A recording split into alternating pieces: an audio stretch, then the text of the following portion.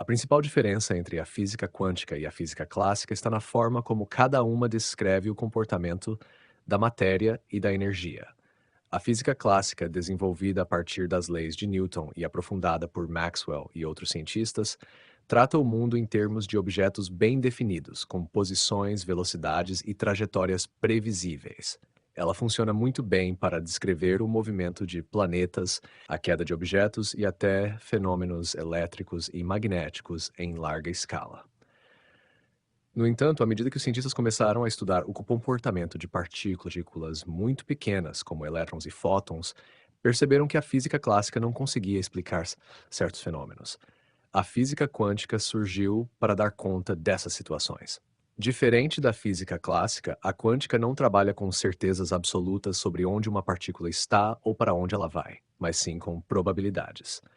Isso significa que, em vez de descrever uma partícula como um objeto com uma trajetória bem definida, ela é representada por uma função de onda, que indica a chance de encontrá-la em determinados locais.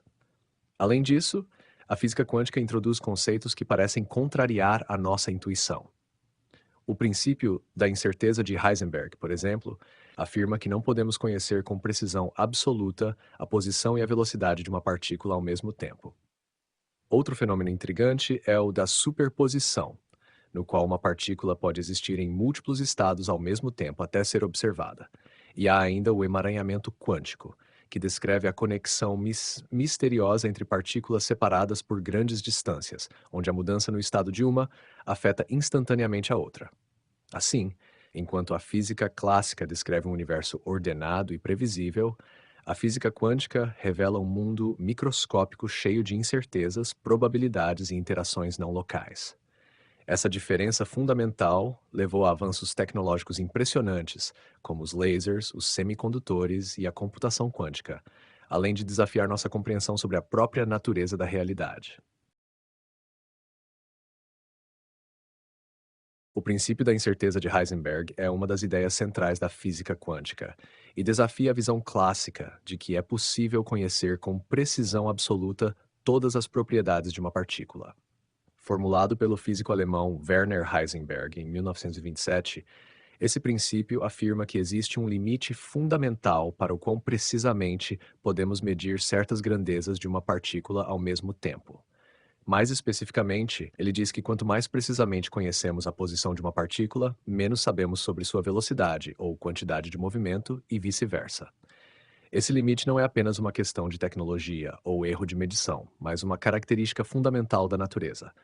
A equação que descreve essa relação é ΔX do ΔP jeq frac AB quads square π, onde ΔX é a incerteza na posição da partícula, ΔP é a incerteza em seu momento, massa-velocidade. Steady, H, é a constante de Planck, um valor muito pequeno, mas fundamental na física quântica. Isso significa que no nível microscópico não podemos imaginar um elétron, por exemplo, como uma pequena bolinha com uma trajetória bem definida, como faríamos na física clássica. Se tentamos medir sua posição com alta precisão, sua velocidade se torna extremamente incerta. Se medimos sua velocidade com precisão, sua posição se torna indefinida. Esse princípio tem profundas implicações para a nossa compreensão da realidade. Ele mostra que o mundo quântico é baseado em probabilidades e não em certezas absolutas, como na física clássica. Além disso, reforça a ideia de que a própria observação influencia o comportamento das partículas, um conceito que se conecta com a interpretação de Copenhague da mecânica quântica. Na prática, esse princípio tem impacto em diversas áreas da física e tecnologia.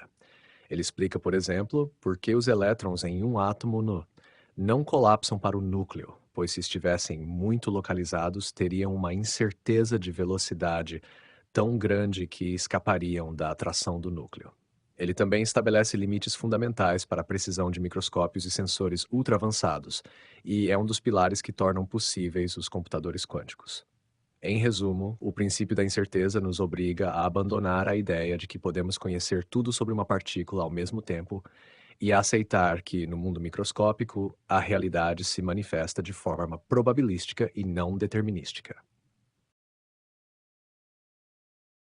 O experimento da dupla fenda é um dos experimentos mais famosos da física e desempenha um papel fundamental na compreensão da mecânica quântica.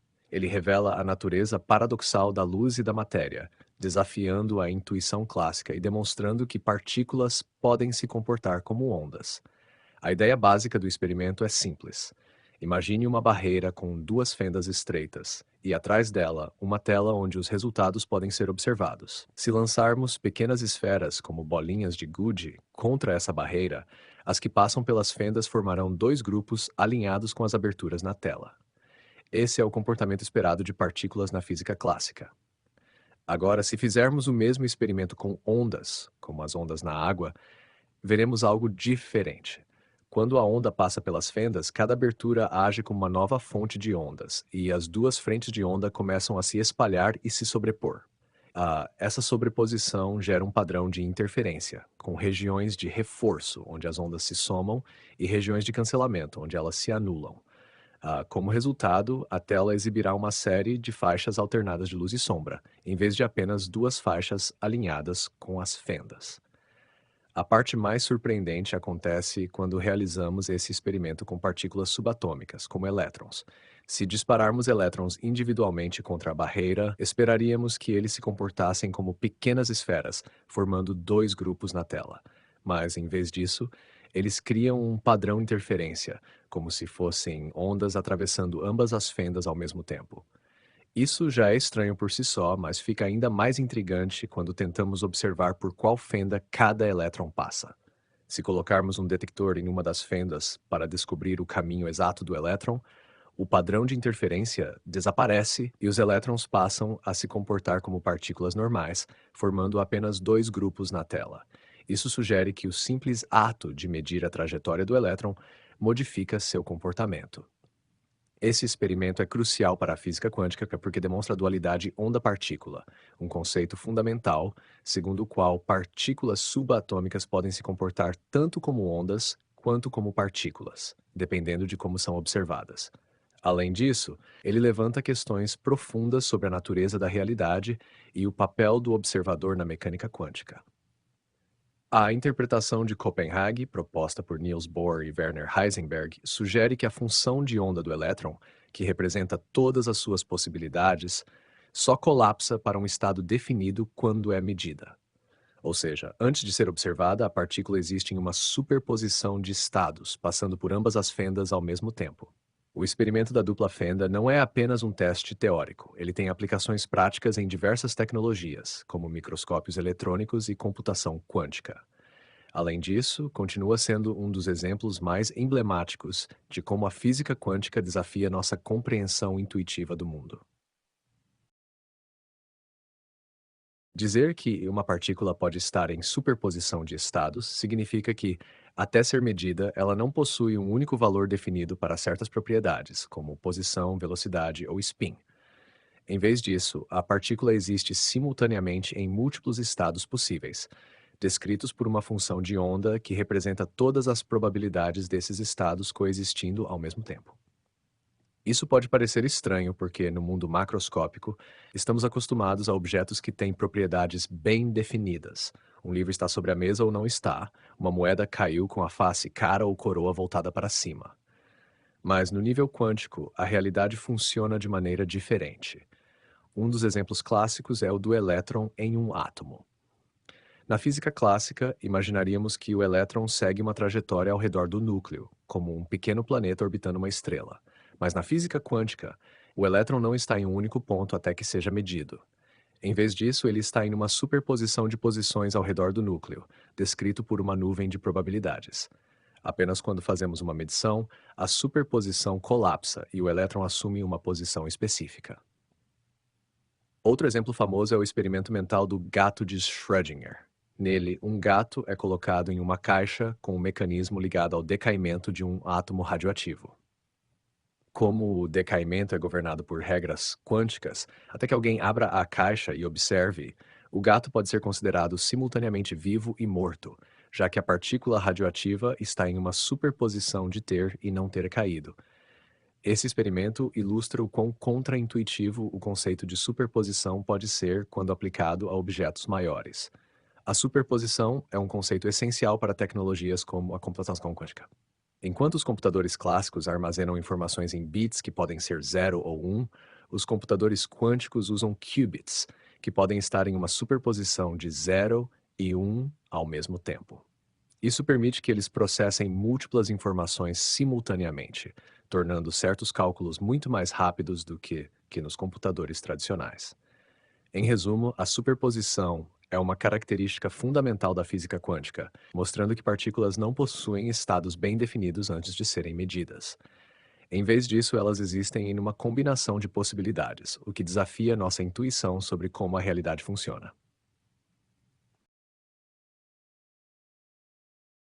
O emaranhamento quântico é um fenômeno no qual duas ou mais partículas se tornam interdependentes de tal forma que o estado de uma afeta instantaneamente o estado da outra, independentemente da distância entre elas. Esse fenômeno foi descrito inicialmente por Albert Einstein, Boris Podolsky e Nathan Rosen, no chamado paradoxo EPR, e mais tarde confirmado por experimentos, sendo um dos aspectos mais misteriosos da física quântica. Quando duas partículas são emaranhadas, seus estados não podem mais ser descritos individualmente. Elas formam um sistema único, onde qualquer mudança em uma delas afeta automaticamente a outra. O mais impressionante é que isso acontece instantaneamente, mesmo que as partículas estejam separadas por grandes distâncias. Einstein chamou esse efeito de ação fantasmagórica à distância, pois parecia violar a ideia de que nenhuma informação pode viajar mais rápido que a luz. No entanto, a mecânica quântica não permite que esse efeito seja usado para transmitir informações instantaneamente, o que mantém a relatividade intacta. As possíveis implicações tecnológicas do emaranhamento quântico são vastas. Uma das áreas mais promissoras é a computação quântica. Os computadores quânticos exploram o emaranhamento para realizar cálculos extremamente rápidos, pois os qubits emaranhados podem processar informações de maneira interconectada, permitindo a resolução de problemas complexos que seriam inviáveis para computadores clássicos. Outra aplicação importante é a criptografia quântica, particularmente na comunicação segura. O emaranhamento pode ser usado para criar sistemas de transmissão de informações que são fundamentalmente a prova de espionagem. Isso ocorre porque qualquer tentativa de interceptação de um par de partículas emaranhadas altera seu estado imediatamente, alertando os envolvidos sobre a tentativa de violação. Essa ideia já está sendo explorada no desenvolvimento da internet quântica. Além disso, há pesquisas investigando o uso do emaranhamento na metrologia quântica, que pode levar a sensores ultrassensíveis para medir tempo, gravidade e campos magnéticos com precisão sem precedentes. O emaranhamento quântico não só desafia nosso entendimento da realidade, mas também abre caminho para uma revolução tecnológica baseada nas leis da mecânica quântica, com potencial para transformar a computação, a segurança digital e até mesmo a forma como fazemos medições no mundo físico. Na física clássica, os elétrons eram inicialmente imaginados como pequenos planetas orbitando o núcleo de um átomo, de maneira semelhante ao movimento dos planetas ao redor do Sol. Esse modelo, conhecido como modelo Dielo-Rutherford, logo mostrou falhas, porque, segundo as leis do eletromagnetismo clássico, um elétron em movimento ao redor do núcleo deveria emitir radiação continuamente, perder energia e espiralar em direção ao núcleo, colapsando o átomo em frações de segundo. Como os átomos são estáveis, esse modelo claramente não poderia ser correto. A mecânica quântica trouxe uma nova forma de entender os elétrons. Em vez de orbitarem o núcleo como planetas, os elétrons são descritos por funções de onda, que indicam a probabilidade de encontrá-los em diferentes regiões ao redor do núcleo. Essas regiões são conhecidas como orbitais atômicos e não como órbitas, porque os elétrons não seguem trajetórias fixas. Cada orbital tem uma forma específica, determinada pela equação de Schrödinger, que governa a mecânica quântica. Por exemplo, o orbital mais simples, chamado de orbital S, tem uma forma esférica ao redor do núcleo, enquanto os orbitais P, D, F possuem formatos mais complexos. A única coisa que podemos prever com certeza é a probabilidade de um elétron estar em uma determinada região do espaço, e não sua trajetória exata. Outra diferença crucial é que os elétrons só podem ocupar certos níveis de energia discretos dentro do átomo. Isso significa que eles não podem ter qualquer valor de energia, como seria esperado na física clássica, mas apenas certos valores permitidos. Essa quantização de energia explica fenômenos como os espectros de emissão e absorção dos átomos, observados na luz emitida por elementos quando aquecidos. Portanto, a visão quântica dos elétrons substitui o conceito clássico de órbitas bem definidas pelo conceito de orbitais baseados em probabilidades. Esse modelo explica a estabilidade dos átomos e os comportamentos químicos das substâncias, formando a base da química quântica e da física moderna. A função de onda e a equação de Schrödinger são dois conceitos fundamentais na mecânica quântica, pois descrevem como as partículas microscópicas se comportam e evoluem no tempo. A função de onda é uma entidade matemática que contém todas as informações possíveis sobre um sistema quântico, representada geralmente pela letra grega psimon. Ela não tem um significado físico direto, mas quando elevada ao quadrado, fornece a probabilidade de encontrar a partícula em determinado local. Em outras palavras, a função de onda nos diz onde a partícula provavelmente estará, em vez de definir uma posição exata, como ocorre na física clássica. Já a equação de Schrödinger é a equação fundamental da mecânica quântica, que descreve como a função de onda de uma partícula evolui ao longo do tempo. Ela desempenha um papel semelhante ao das leis de movimento de Newton na física clássica, mas, em vez de prever trajetórias exatas, ela determina como as probabilidades associadas à partícula mudam. Essa equação pode ser usada para resolver diversos problemas quânticos, como calcular os orbitais dos elétrons em um átomo, prever o comportamento de partículas em barreiras de potencial e até mesmo modelar sistemas mais complexos, como moléculas e sólidos.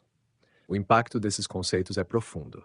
A função de onda e a equação de Schrödinger explicam por que átomos e moléculas são estáveis, por que os elétrons ocupam níveis de energia discretos e por que certas transições quânticas ocorrem. Além disso, essas ideias estão na base de tecnologias modernas, como lasers, semicondutores e até a computação quântica. Em resumo, a função de onda é a peça central da descrição quântica da matéria, e a equação de Schrödinger é a ferramenta matemática que permite prever sua evolução, moldando nossa compreensão do mundo microscópico. A física quântica sugere, de maneira intrigante, que a realidade no nível microscópico pode depender do ato de observação. Isso se deve ao fenômeno do colapso da função de onda, onde uma partícula que antes existia em uma superposição de estados assume um único estado definido quando medida.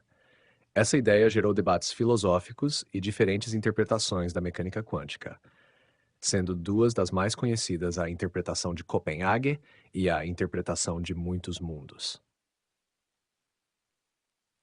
Interpretação de Copenhague. A interpretação de Copenhague associada a Niels Bohr e Werner Heisenberg propõe que a realidade quântica é fundamentalmente probabilística e só assume um estado definido quando observada. Antes da medição, uma partícula existe como uma função de onda que representa todas as suas possibilidades. Quando um observador realiza uma medição, essa função de onda colapsa e a partícula assume um valor específico. Essa interpretação leva a perguntas profundas, como: o que exatamente define um observador? A medição precisa ser feita por uma consciência ou qualquer interação física com um aparelho já conta? Até hoje, essas questões não têm resposta definitiva. Interpretação de muitos mundos. Já a interpretação de muitos mundos, proposta por Hugh Everett na década de 1950, rejeita a ideia de colapso da função de onda. Em vez disso, ela sugere que todas as possibilidades descritas pela função de onda acontecem simultaneamente, mas em realidades separadas. Cada vez que ocorre uma medição, o universo se divide em múltiplos mundos, cada um contendo um resultado diferente. Por exemplo, se uma partícula pode estar em dois estados possíveis antes da medição, a medição não faz com que um estado desapareça. Em vez disso, o universo se divide em dois: um onde foi obtido um resultado e outro onde foi obtido o outro. Esse conceito elimina a necessidade de um colapso da função de onda e trata a mecânica quântica como um processo determinístico, onde todas as possibilidades realmente acontecem, mas em diferentes ramificações da realidade. O que isso significa para a realidade? Se a interpretação de Copenhague estiver correta, a realidade quântica não está bem definida até que seja observada, e a medição desempenha um papel fundamental na formação do que percebemos como real. Se a interpretação de muitos mundos estiver correta, então incontáveis universos coexistem e cada decisão quântica cria novas ramificações da realidade. Embora nenhuma dessas interpretações tenha sido provada definitivamente, ambas têm implicações profundas não apenas para a física, mas também para a filosofia da realidade e da consciência. A questão sobre o que realmente define a realidade permanece aberta, tornando a mecânica quântica um dos campos mais fascinantes e enigmáticos da ciência.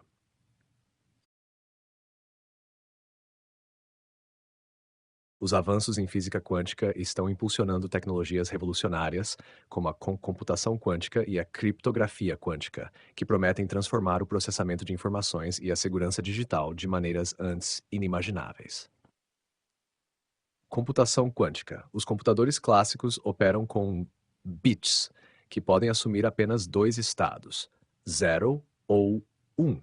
Já os computadores quânticos utilizam qubits, que exploram os princípios da superposição e do emaranhamento quântico. Graças à superposição, um qubit pode estar em 0 e 1 ao mesmo tempo, permitindo que um computador quântico processe múltiplas possibilidades simultaneamente. Isso dá uma vantagem gigantesca para certos tipos de cálculos, como quebra de criptografia clássica. Algoritmos quânticos, como o algoritmo de Shor, poderiam no futuro quebrar sistemas de criptografia usados atualmente, como o EGSA, que protege transações bancárias e comunicações na internet. Simulações moleculares. A computação quântica pode simular moléculas e reações químicas de forma muito mais eficiente do que os computadores clássicos, acelerando a descoberta de novos medicamentos e materiais avançados. Otimização de processos. Setores como logística, inteligência artificial e análise de dados podem se beneficiar da capacidade dos computadores quânticos de resolver problemas complexos de forma mais eficiente. Criptografia quântica.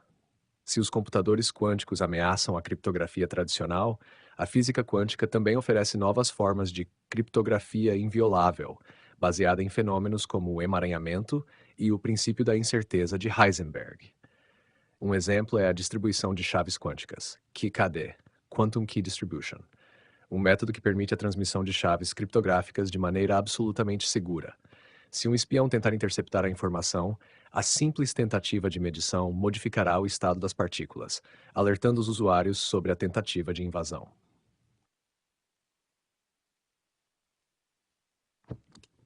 Os desafios ainda são grandes, pois a computação quântica exige condições extremas, como temperaturas próximas do zero absoluto para manter a estabilidade dos qubits.